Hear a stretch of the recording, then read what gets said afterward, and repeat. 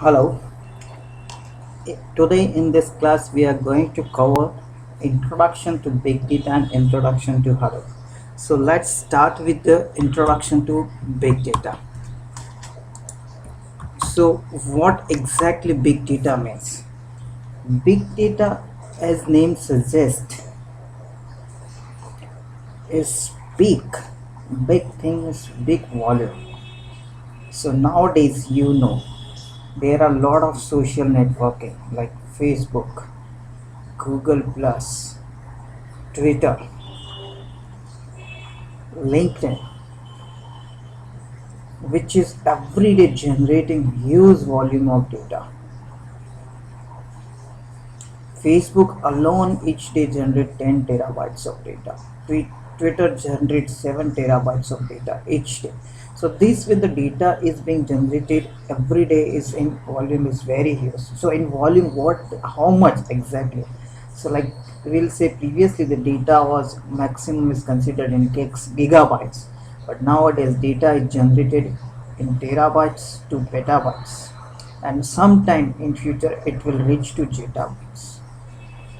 So this is a huge volume of data. Other industry, this is social networking industry. If we consider other industry like finance, where the data makes a very big difference, is like stock market, which has globally hundreds of stock exchanges. There are other data like companies fundamental data. So this is also generating in volume, we'll say, per day gigabytes or terabytes of data, and collectively a full history we consider, so it reaches in terabytes, petabytes, and even most of the company has started using the big data framework to handle this volume of data. So this is the actually represent the volume of data in big data. And other than big volume, if we consider, there is another characteristics with the big data, which is variety. What variety means? Variety here, the data is generated is structured, semi-structured, or unstructured data. So structured data is your normal SQL format data, you can say CSV file, comma separated file, or your pipe separated file, which has first field, second field, third field. So this is the structured data. Semi-structured data means you can consider like blogs. You would have email, etc. This is semi-structured data. What unstructured data?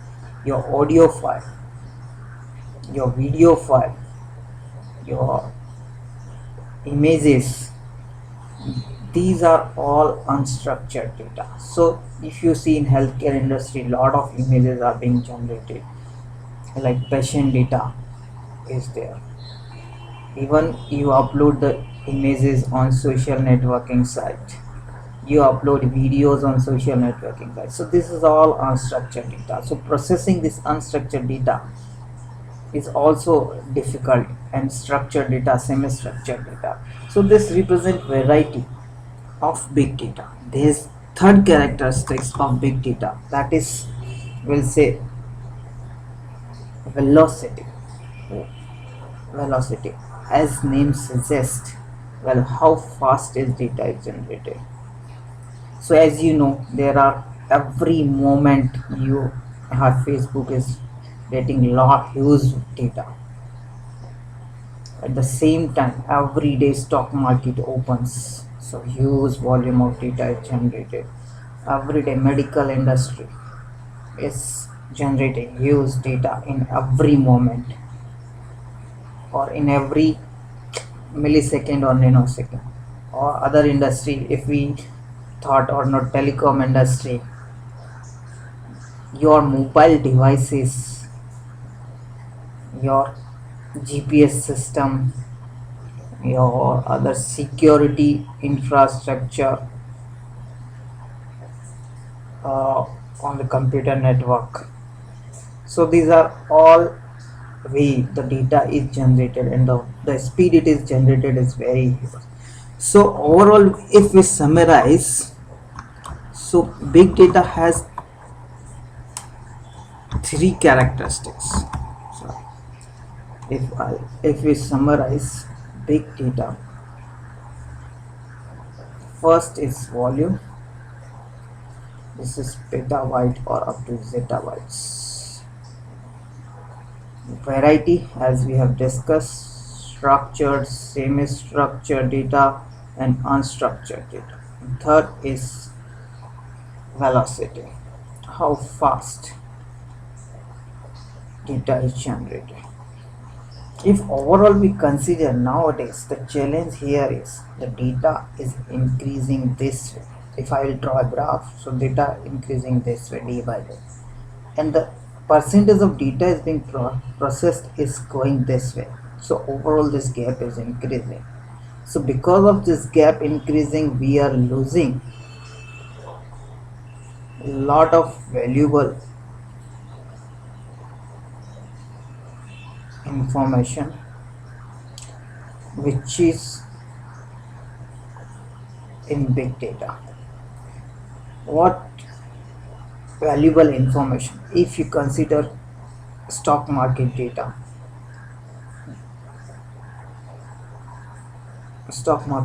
it has huge data volume, but throughout history, like 30-year history data, if you have to process it and generate some risk model, so it takes months to process this whole history to run and generating some analytics over there because of existing legacy system. So similarly on various data, social networking data, medical data, these all are having this problem. So to solve this problem and processing this huge volume of data, a new framework is introduced. This framework has evolved day by day. Okay, it's not created in one shot kind of thing or predefined design kind of thing.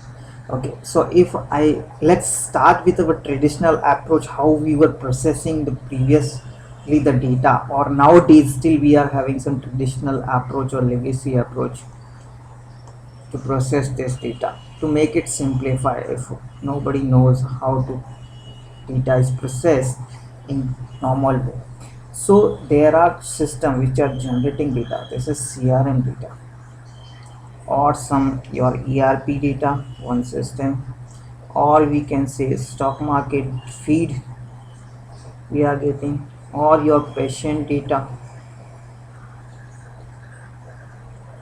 So as soon as data reaches in your system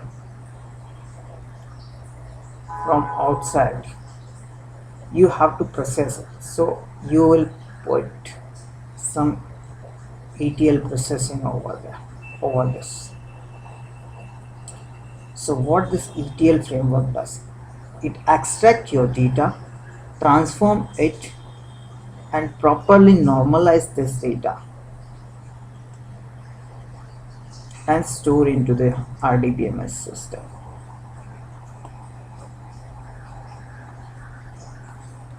So in proper tabular format, you have this data. And now your another world, which is downstream system, if you can say, which wanted to analyze this data and generate some report, analyzing this data and generating the report out of this, or something we'll say what I'll say in finance industry, risk modeling has to be done, or some trading has to be done, and this data needs to be analyzed. So the volume of data resides in this RDBMS format. It's quite possible, like data volume is in gigabytes, so you can easily process it. Not easily, it will take like 6 hours or something, or a day something, or 2 days something maximum. You can process it and generate this report and produce it. But this data, suppose, is become now this data becomes, let me clean it out first. Now suppose your data becomes big data, which is possible nowadays, gigabytes to petabytes, let's say. Let's be reasonable. So processing and storing in normal RDBMS system is very difficult. Is difficult. Not even difficult. It is near to impossible.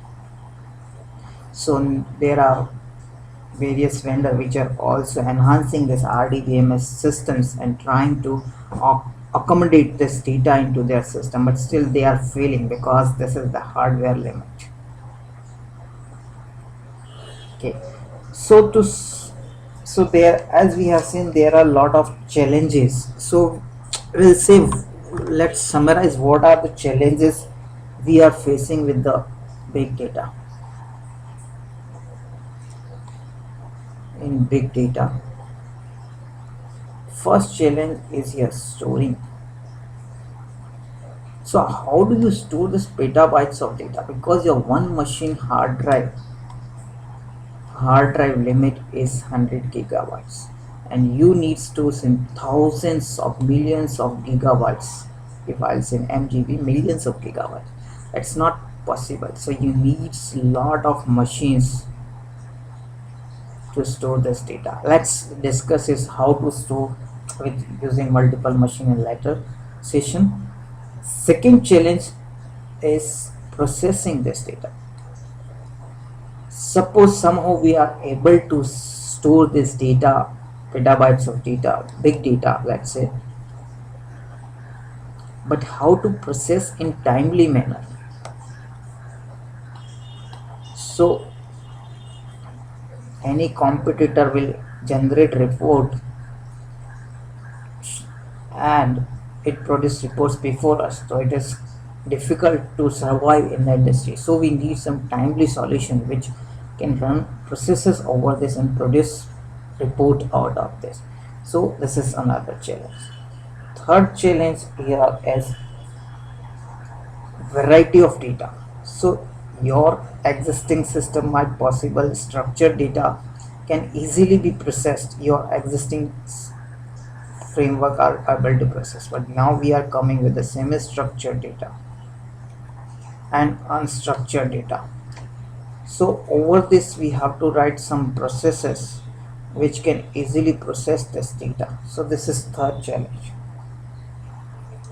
And the fourth problem over here is we are previously it is quite possible, like we are able to process not petabytes of data but thousands of gigs on some machines from big vendor, but this is very costly solution and every IT company or cannot afford such solution for long duration. So this is another challenge. So these are the four very generic challenges over the big data.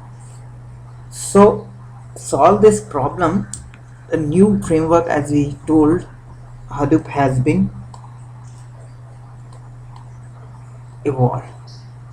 So let's see why Hadoop actually and what it provides actually. If we'll consider our big data challenges, so big Hadoop framework is first and very important thing is cost effective. Why cost effective? Because it works on your commodity hardware. Commodity hardware means the machine or the which is your in daily use can also be used to make the Hadoop cluster. So this can work on your cheaper hardware. It doesn't require very costly hardware. Okay, so now next challenge is solved by Hadoop is big cluster. So using your commodity hardware you can make 1000 nodes of big cluster. So if you have 1000 nodes in your cluster, so you can have bigger storage and more processing power. Okay, so now second, now third benefit of is parallel processing. As we told, there are 1,000 nodes, so you can using MapReduce framework. We'll discuss about this MapReduce framework. Thousands of nodes can run your processing in parallel and generate the result in timely manner. So this massively parallel processing will help you to process your data, which was previously taking months to process. It can easily be processed in a single day or in less than 24 hours. And big storage, as we have discussed, there are 1,000 nodes. Each node stores 100 gigabytes, so you can store 100 gigawatts multiplied by 1,000 divided by your replication factor RF. We'll discuss about what is replication can be stored over here. So let's say replication factor is 4 here. If I will increase it, so 250 multiplied by 100 gigawatts, so you can store up to this much data over your 1,000 machine, which was previously almost impossible to store such amount of data. The best thing which is every cluster required is failover mechanism. So Hadoop framework provides automatic failover management. If any node crashes, so your framework will identify that node crash. Your node simply you assume it as a one your computer or one machine over here. Okay, you can easily imagine. Okay, some little bit difference is there, but still that is okay.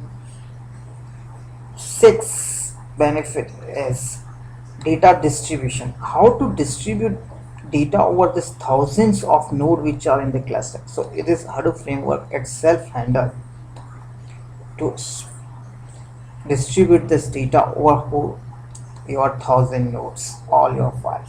So this is American. Okay. Next, if we'll say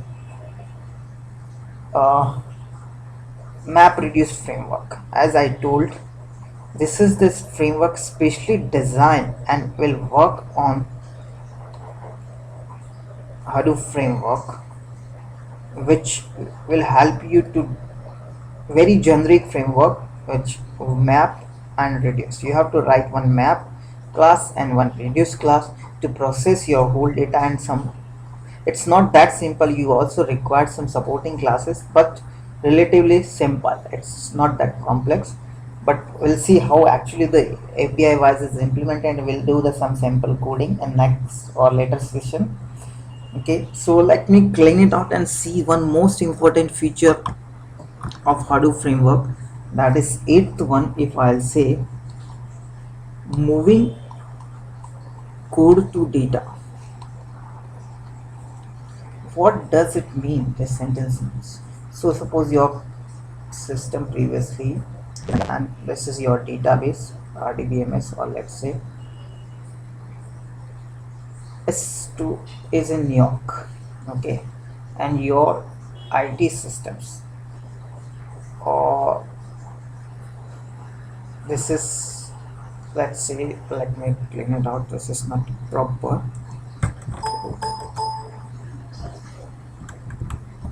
So this is your client of this data, these are all your client, and want to analyze the data stored in this. So to run some processing over this, they want, so whole data first needs to be bring over here on this machine, so like gigs of data. And let's assume these machines are in completely, client is in somewhere else in India, okay, and your data centers in New York. So moving this whole data over the network and bringing over here and processing it introduce big latency. But what Hadoop framework says, do this reverse. You have your cluster in New York, Hadoop cluster, there are a lot of machines in the cluster, and these are the client. So this cluster is capable of running some your MapReduce code.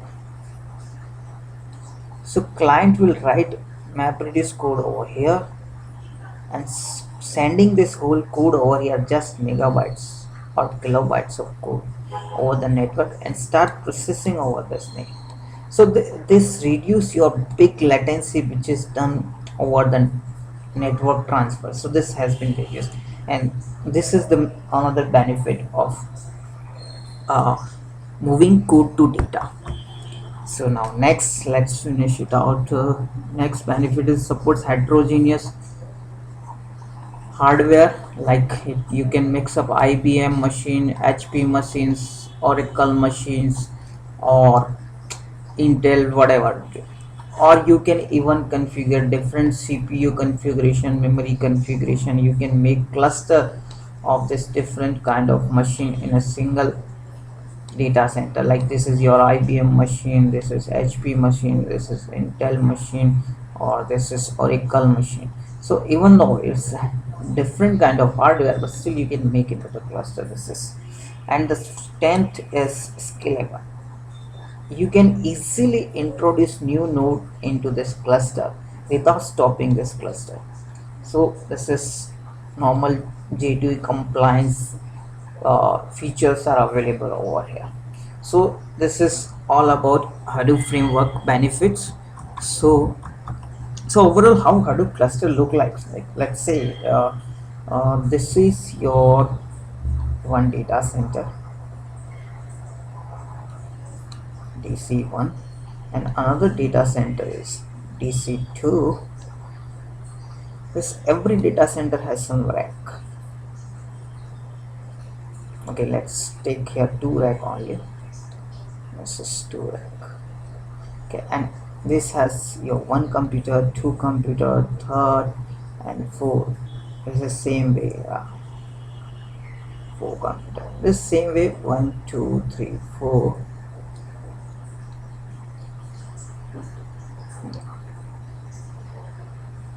You have. So now, and this is by network. It is connected. So your Hadoop cluster has actually 16 machines in the cluster. Machines in the cluster which all are connected with each other. This all rack are connected, and your client which is near to data center 1 will connect with this data center and process it, and client which is near to data center 2 will connect to this data center and process the data. So this is Hadoop cluster kind of thing. So localwise is not very different from existing your data center. It looks like similar, but the internal functionality and handling is something different. So this is Hadoop cluster. So let's say we have till now had understand the big data definitions and its characteristics and some basics of Hadoop, like what is the benefit of Hadoop. So if I would say, what is Hadoop? Hadoop is a Java framework for processing huge volume of data in a cluster. It has in core, what not in core exactly, it has, if we'll say Hadoop core technology.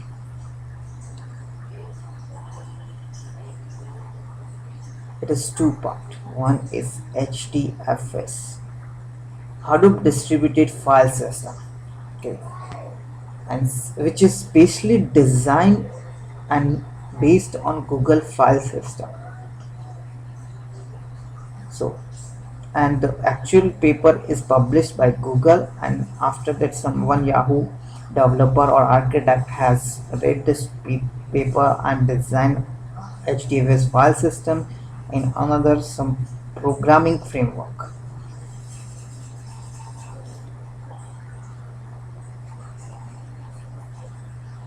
That is your MapReduce. This is also published by Google paper over this, and by using that paper, the new API it designed. So it's completely, most of the things started in Yahoo, and presently Yahoo has more than 4,000 plus nodes in the cluster, in single cluster. which are running, and Yahoo is giving full support over Hadoop framework. And there are other vendors which are also working over this, like here if I'll say like Cloudera is one of the biggest vendor who is providing support on the Hadoop framework. Second is Hortonworks. They are also introducing technologies or implementing technologies above Hadoop framework. Okay, so this is all about Hadoop core technology. Okay, so let's start with first introduction to HDFS. This is distributed file system. What distributed file system? So suppose you have 1,000 nodes of cluster. That's flat. Put it flat. This each box represents one node in the cluster. So you have 5 node cluster over here. It's bigger than that, but your HDFS is underlying framework over this. So HDFS is file system, which is every machine has independently, and this file system can easily communicate with each other. Communication is possible among this machine's file system. So as soon as you want to store one file, suppose this is your file and this is let's say 100 gigabytes size, and your one machine capacity is let's say 20 gigabytes. Okay, each machine can store. So now your 100 gigabyte file want to store over this machine. Is it possible on single machine? No. So what you just give this file to the HDFS break this file into, suppose let's be little flat this division on this 5 blocks, not 5 part. Don't say this is misnomer. Block is something else. Terminology is 5 part, and each part is stored in like 20 gigs or stored over here, 20 gigs stored over here, 20 gigs, 20 gigs, 20 gigs. So this HDFS will divide, and this is the responsibility of HDFS to dividing this whole file into multiple part and storing into the, and whenever you want to read it again this file, so HDFS will combine this whole file and give you back.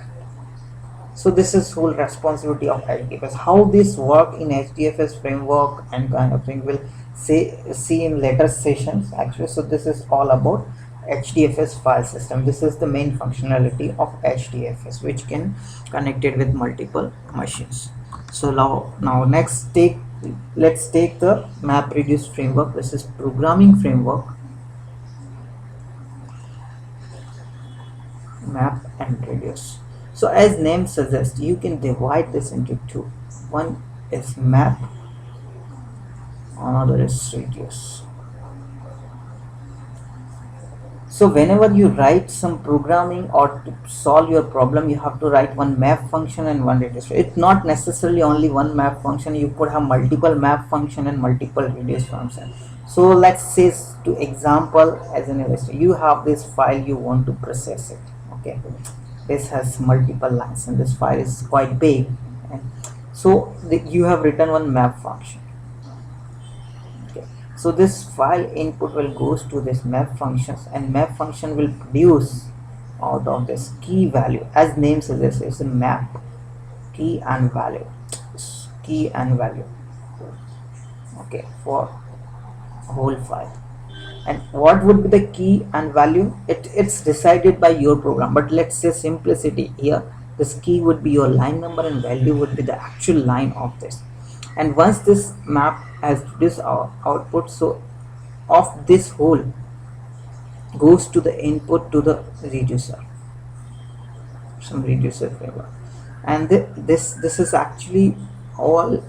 We'll see in detail how key and value is processed and how in between many steps is for sorting, shuffling or managing, but this goes to input as input of this, and it can generate some output which is reduced. The name suggests it could reduce your whole data, or it doesn't mean actually is to reduce. It depends on what algorithm you have written or what code you have written inside it. So it generates some output. So this is all, and it could be like, again, this output could be key value again or something. So we'll take an example of word count in later session and see how exactly this. Yeah, so let's just assume here there's like map generate key value, and this key value will go to the reducer, and reducer will generate your output, and this is your actual desirable output from this file. So it's simply, if we'll say, like, you extract the data, you process it in mapper and reducer and generate your output, and this output is stored in your HDFS file system.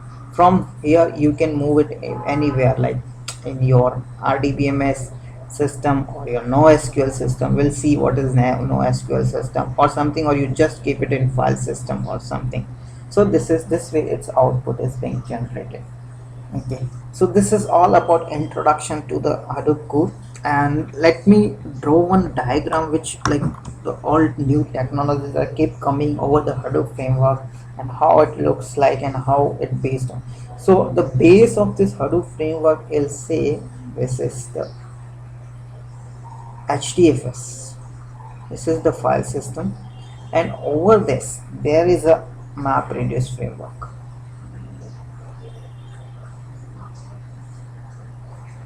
MapReduce framework, and over this there's Yahoo has written one framework, that is Big, which can eat everything, as they say, or Facebook has written another framework, that is Hive. And this both has different purposes. This is data flow language generally, and this is data warehousing solution. You can create tables or kind of thing, but it both uses MapReduce framework to process your data. And over the HDFS there is another framework, for Ox design, NoSQL. This is example is HBase. So this is kind of your database which can store, but not exactly RDBMS. This is NoSQL database. Okay, so don't confuse with the RDBMS. And for full cluster coordination there is another framework, this is Zookeeper.